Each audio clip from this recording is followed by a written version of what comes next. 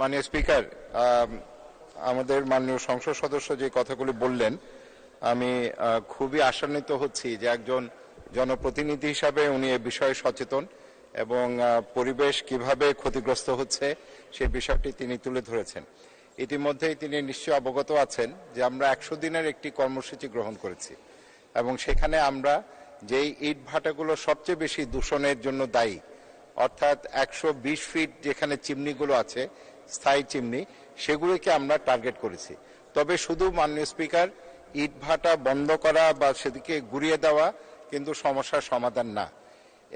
আমাদের বর্তমান সনাতন পদ্ধতিতে যেভাবে ইট তৈরি করা হয়, একটা পরিবেশ বান্ধব পদ্ধতিতে আমাদের যেতে হবে এবং সেটার জন্য আমরা ব্লকের দিকে আমরা তাকিয়ে আছি।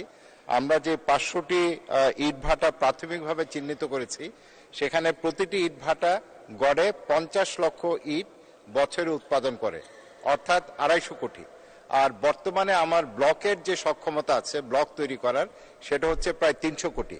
আমরা একটি বিষয় অবশ্যই আমরা খেয়াল রাখি, মাননীয় প্রধানমন্ত্রী এই বিষয়ে নির্দেশনা দিয়েছেন, সেটা হচ্ছে আমরা পরিবেশ বান্ধব ইটের দিকে আমরা অগ্রসর হব।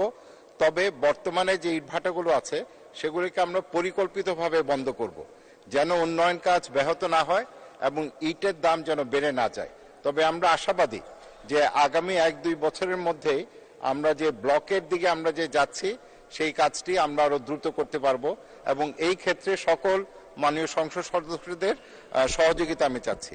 ধন্যবাদ মাননীয় স্পিকার।